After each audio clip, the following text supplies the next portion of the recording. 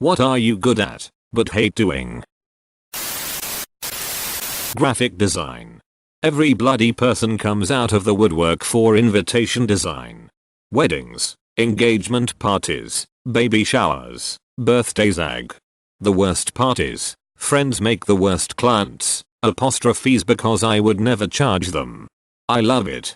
But can you make it a bit more peppy? What do you mean by peppy, Susan? Font color? I don't know what you don't like if you can't tell me. This was my answer too. I got out of it after working as a graphic designer for 10 years because I had come to hate it so much. I still get "can you make me a flyer" requests. Working as a programmer.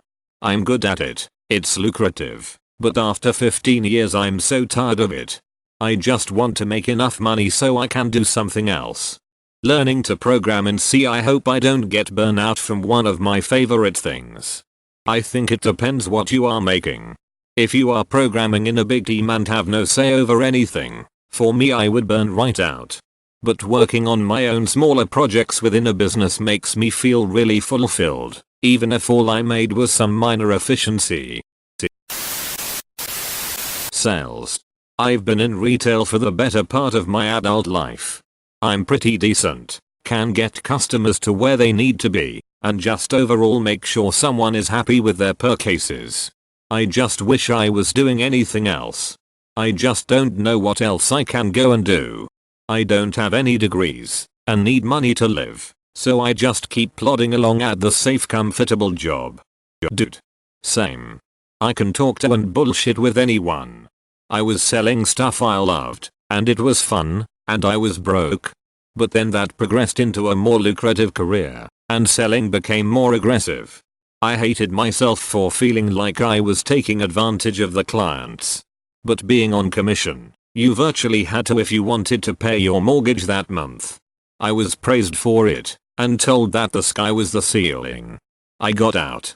I couldn't stand being so scummy, convincing people to lock themselves into shitty contracts for products that don't apply to their situation. Public speaking. I always get told how calm and collected I am, that I am clear and good at making it interesting, easygoing and interactive. Inside I am screaming, feel like I am going to puke, panicked, absolutely sure I have a giant stain on my shirt or budger hanging out, adrenaline rushing that makes me feel like I am going to collapse the second I am off stage. I hate it. So I get selected almost every time because, you're so good at it. I would be a total mess up there. I don't know you do it. Me either, Janet. Me either. That's interesting. I suck at public speaking because I feel the same way as you do inside, but on the outside, I've got clammy hands. My face turns beet red. I have a hard time regulating my breathing and my voice turns shaky. And because I notice it, I then get embarrassed, which then turns my voice even more shaky. It's terrible. At least you don't look like a cool when you do it. Customer support. Fuck me. Same. My co-workers have always told me I have the best customer service, but I absolutely despise it and get anxiety just knowing I have to speak to these people. This is me. I'm good with people because I've honed a polite style of communication out of contempt for talking with people. Mediating between people who can't get along. It is so fucking annoying and I hate it. Turns I get stuck doing it all the time at work. Ugh, just thinking about it is stressing me out. It's nice to know I'm not the only one. Recently informed a bunch of people I'm going to start billing them. Ugh. Me too. This is one of best skills used more with my sisters than at work, but comes handy there as well. I hate it though. It's emotionally draining, and why can't adults figure their shit out without needing a third party? I find myself either mediating and taking on the stress of the situation or removing myself altogether and shutting myself off from everyone. Happy mediums are the hardest thing to find, I think. Firing people. I've had to terminate people in multiple jobs, usually when I'm the new person brought in to turn things around. The last time I had to tell someone, the HR VP who was in the room as well told me, "Wow, you are really good at this." We should have you do a video training on how to let people go. BTW, if you have to fire someone, aside from a really bad reason like theft etc., get them a severance, don't fight their unemployment claim, and cover their healthcare for a few months. Not every person works out for a job, and these things make landing in their feet much easier. Someone who hates having to fire people sounds like the perfect person to be put in charge of it. Lying. Customer service. I'm a great listener, really good with empathy vs sympathy and all that, but I hate people. Not all people, you get the good ones sometimes. But I generally hate dealing with customers. My resume is full of it though, and it becomes hard to ever get out of it. I'd rather work alone. Edit. Wow, I did not think this comment would have such a response. Thanks for the awards. Glad I'm not the only one struggling to escape customer service. Solemn. I finally got promoted out of it, and I'm scared I'll be demoted back to it because I'm so good at it and much better than everyone else at my company. I work alone now and it's wonderful, and I hold on to my job like Smeagol with the ring. I totally get that. I haven't been promoted where I am right now, but that scares me too. If you don't mind my asking, what do you do now? I dream of feeling like that about a job too, haha. Fixing computers. Sad part is I do this for a living. I love everything about computers, networking, etc. But when I get a phone call from an inept user who makes triple my salary, or an older relative calls for computer help, the eye rolls ensue and the thoughts of hanging up kick in. I'm in it as well. I hate printers. What happened? Where did we go wrong with printers? Who fucked up? Whose head should we be ringing? Why are printers so fucking shit? Why do they not just work? Why is there always a fucking song and a rain dance to get these things to do what they should? I feel like it's because you practically have to be a mechanic to fix them. It's one of the few PC related things left that still have so many moving, mechanical parts. Writing. I was told by a fairly strict English professor that I should become an English professor because of my essays, and I didn't have the heart to tell him that I just sincerely despise writing. This is the main reason I stopped writing. You can tell me how good I am over and over and over, but when the act of writing is akin to ramming your head into a wall repeatedly until the words fall out, I think I'd rather find something else to do. This is me. I have been told by multiple teachers that I am an excellent writer. And yes, I am proud of my work once it's done, but it takes so much out of me to really create something good. I am incapable of half-assing a paper. I fawn over every word, and cannot leave anything be until it is perfect. The end result probably looks like it just flowed out of me, but it didn't. I probably spent all night on the first paragraph alone. So, yes, I am good at it. But that does not mean that I could make a career out of it while maintaining my sanity. I program computers now. Much cleaner, logical, and to the point, although I do still occasionally catch myself worrying more about elegant form than function to a detrimental degree, but it is far less of an issue than with writing in English. Talking to people. 26 years in retail. I could win an Oscar for the amount of believable lies I tell customers. You are the face of the company. You're always supposed to be smiling, happy, and able to carry on a single-serving conversation with anyone you meet. Off the clock, and when I was single, I was very content going days without any talking or interaction. I can learn to be two different people, sometimes more depending on my life at the time. I'm tired of acting. I work at a pet store, and the idea that I send animals home to people who just want a pet for their kid to neglect is terrible. Even after I tell them no to the animal, the parents get mad BC I refuse to make a small child happy. Fuck you, man.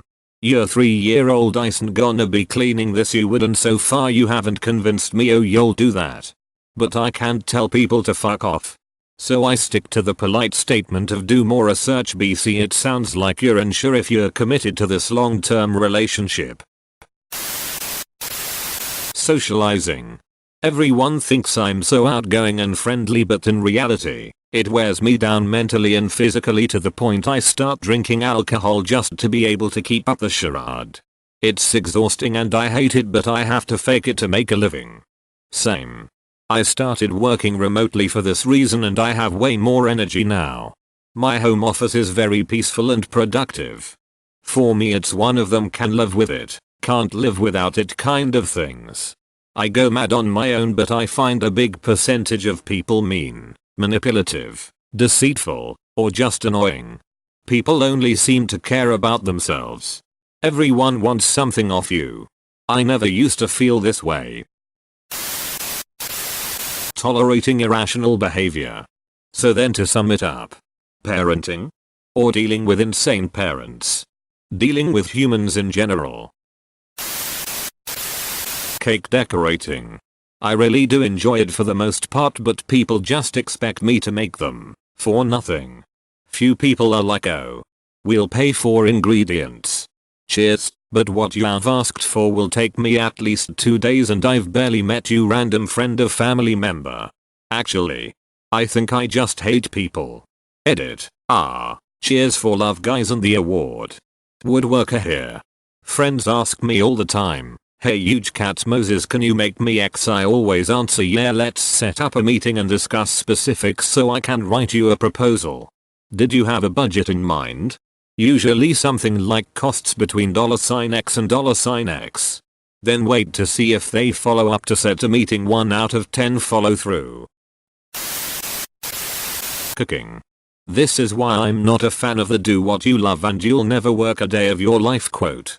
There are many enjoyable hobbies, even side gigs, that become miserable grinds when you have to make a living out of it. My job lol. How come? What do you do? Like I work my ass off but don't get enough credit emo. So I end up being less motivated and kinda hated now. Time to move on. Yeah, I'm currently looking for other jobs. Procrastinating. I'm very good at putting things off until the last minute and wasting time. Last minute? Amateur. Try putting things off until after the deadline and hoping to God it still gets accepted. Or indefinitely. Ha, rookie. Ask the teacher for a 2-week extension and still don't start by the next deadline. I'm good at music. People like my songs and I love coming up with melodies, but I hate recording them. I'm crap at performing, playing guitar, singing, whatever I'm doing. So I have to do hundreds of takes just to do the simplest thing properly, and then after finally getting it all together and trying to mix it all myself, I think, meh, sounds okay.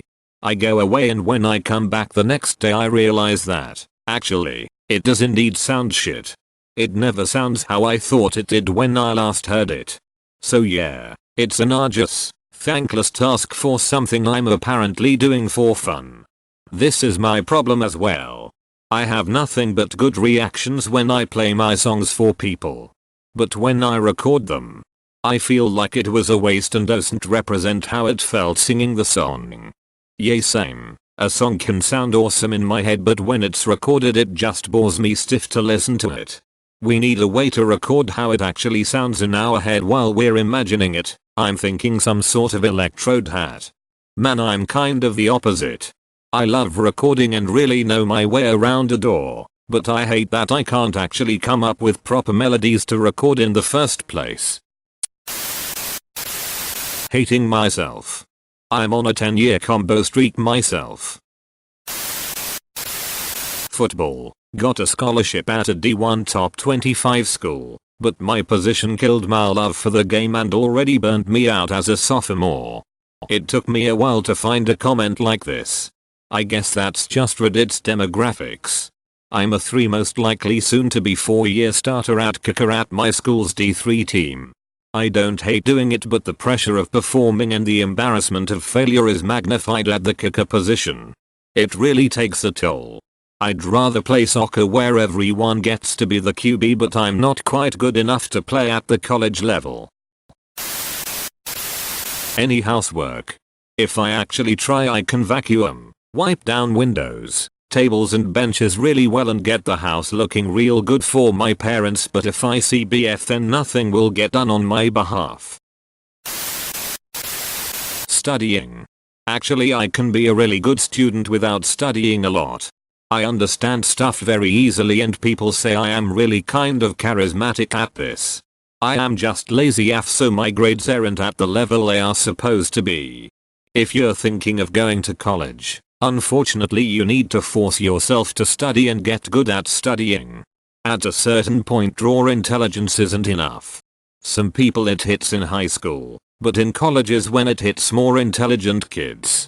Unfortunately, no amount of intelligence is going to help you properly process 1000 pages in a week. You need to study regularly to be able to do that. Good news is that if you're smart and do study small amounts regularly throughout the year, review notes after class, weekly summaries, summaries of summaries, answer practice exam questions after finishing a chapter topic, it's likely you'll have to study very little come exam time. Computer support for my family. Mostly because they have the infuriating habit of wanting to give instructions on how exactly I should do the thing they can't do. Like, for example, I downloaded a TV series that my parents wanted to watch, La Casa de Papel, highly recommended BTW, for them and put it in a flash drive along with the subtitles. My dad tried to open the video files using VLC, but the subtitles didn't work. He asked for my help and I was more than happy to offer it. The first thought that came to mind was to download another video player. But nope, he wanted me to find a solution specifically for VLC. God damn it, Dad, you'll watch it on Media Player Classic and you'll like it.